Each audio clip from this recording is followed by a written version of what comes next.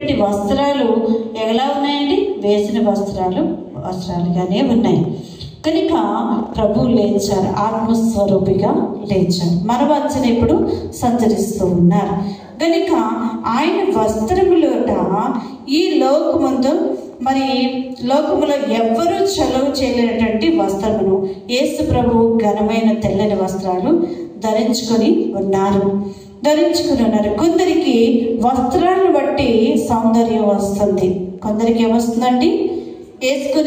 ధరించే వస్త్రాలను బట్టి సౌందర్యము వస్తుంది. యేసుక్రీస్తు ప్రభు సిలువ వేయబడినప్పుడు సౌందర్యముగానే ఉన్నారు. యేసు ప్రభు యొక్క సౌందర్యము సహజ సౌందర్యము. ఆయన ఏంటండి? కానీ ఇప్పుడు ప్రతి ఒక్కరూ సహజ సౌందర్యంగా ఉంటున్నారా? లేదు.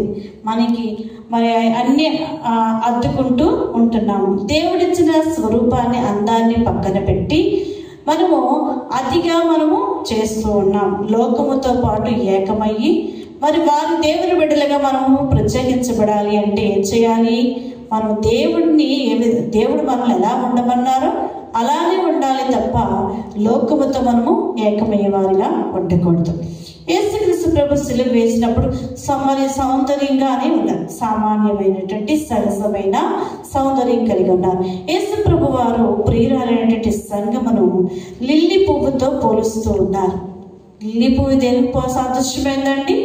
సంగమునకు సాదృశ్యమైనది. లిల్లీ పువ్వుతో పోలుస్తూ ఉన్నారు.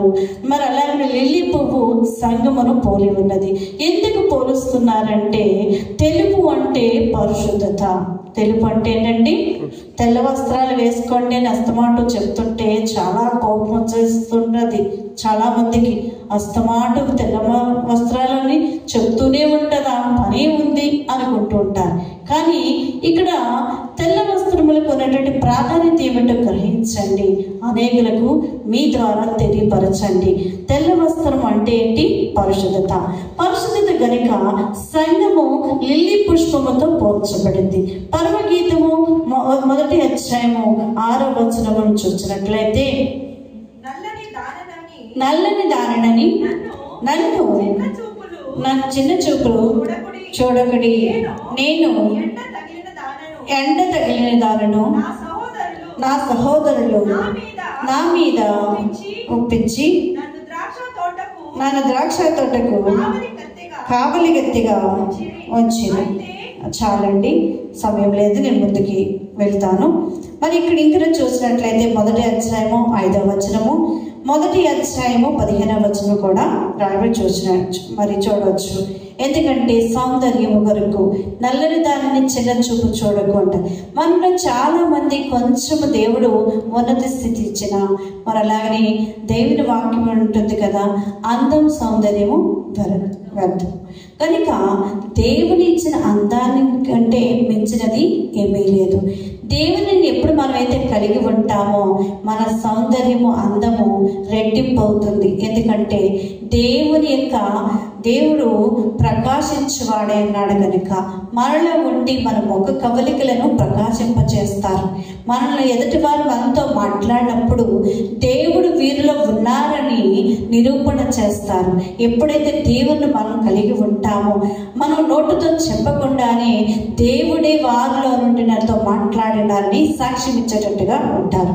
కనుక మరి ఇక్కడ చూసినట్లయితే ఈ యొక్క వచనాలలో పరమగీతం 1వ అధ్యాయము 6వ వచనము, 5వ వచనము, 6వ వచనము, 15వ వచనము చూసినట్లయితే సౌందర్యము గురించి, వధువు గురించి రాయబడి ఉంటుంది.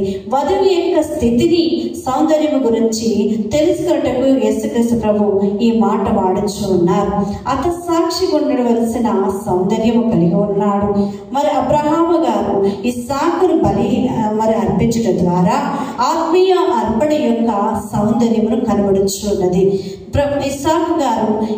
ఇస్సాకుని ఎలా అబ్రహాం గారు అర్పించినప్పుడు ఎలాంటి సౌందర్యం కనబడుతుంది? ఆత్మీయ సమర్పణ యొక్క సౌందర్యం కనబడుతుంది. అలాగని ఇస్సాకు లోబడిను ఏం చేస్తారండి? తండ్రి మాటకి లేదు కాదు అని చెప్పారండి? ఎందుకు, ఎక్కడికి, ఎలా అని అడిగాడా, ప్రశ్నించారా? కానీ ఈ రోజుల్లో సంఘ విశ్వాసులు ఎవరి ఎవరైనా సరే మరి సమానత్వంతో పనిచేయడానికి చూడట్లేదు, కానీ ఒక మెట్టు పైనే ఉండాలని చెప్పేసి మరి వారి యాజకత్వాన్ని ఎక్కువగా ప్రదర్శించుకోవడం చూసేవారే తప్ప దేవునికి నేను సాటి కాదు, నేను ఎంత చేసినా తక్కువని తగ్గించుకునేవారు చాలా తక్కువై ఉన్నారు. కనుక ఆ రోజు మరి అబ్రహాము గారు నాన్న మరి మనం వెళ్ళాలి అంటే సిద్ధపడి వచ్చారు. మరి ఇప్పుడు ఎవరైనా మాతో రండి అంటే వెంటనే వస్తారా అండి? వస్తారా? రారు. ఎందుకు, ఎక్కడికి, మరి ఏ విషయం అన్నీ ఆరాలు తీస్తేనే కానీ మనతో వెంబడించరు. కానీ మరి ఇస్సాకు తండ్రిని వెంబడించాడు. మరి ఇక్కడ అబ్రహాము యొక్క కుమారుడు ఇస్సాకు లోబడుట ద్వారా బలి అర్పణ అనేటువంటి సౌందర్యమును కనబడుచున్నది. ఇక్కడ ఏం కనిపిస్తుందంటే, ఏ సౌందర్యం కనిపిస్తుంది? బలి అర్పణ అనేటువంటి సౌందర్యము కనబరచబడుతూ ఉంది. యోబుకు ఎన్ని శ్రమలు వచ్చినా, ఎన్ని లోకం మరి కోల్పోయినాను, తన ఆస్తి, కుమారుడు సమస్తమును కూడా దేవుని విడిచిపెట్టలేదు. విడిచిపెట్టాడా?